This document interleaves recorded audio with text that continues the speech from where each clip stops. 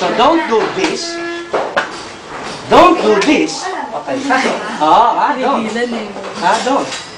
And don't do this. Sapul ka pa rin. Why? Hindline. Yung muscle. Asan yung muscle? So the first thing you have to do is redirect. So redirect.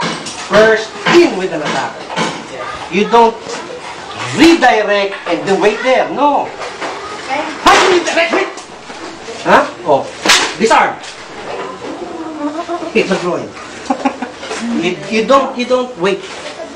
You have to put your hands up. Bakit? As you put your hands up, ang lapit na sa weapon. You see? You only have 12 inches or 10 inches to go. Pero pag yan nandito yan, say boom. Boom. Tapos na. Oh, say boom if you see me. Wala na. You understand? That's very important. Hit the groin. Disarm. When you disarm, tignan mo yung muscle. Check the muscle. See? The muscle, if that goes there, delikado ka. You disarm this way. O punta sa kanya.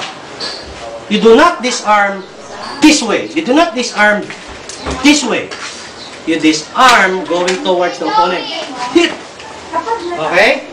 First, tutok ng ganyan. Hold. You don't redirect this way. You redirect.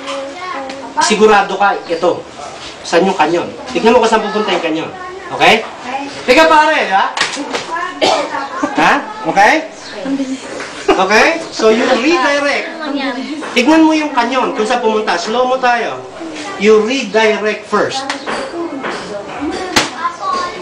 See? Boom! Pumutok man yan, doon. Okay? Pag ganyan, ganun din. Pare, di ba? Redirect. Hit the groin. Then disarm. Wala nang baril.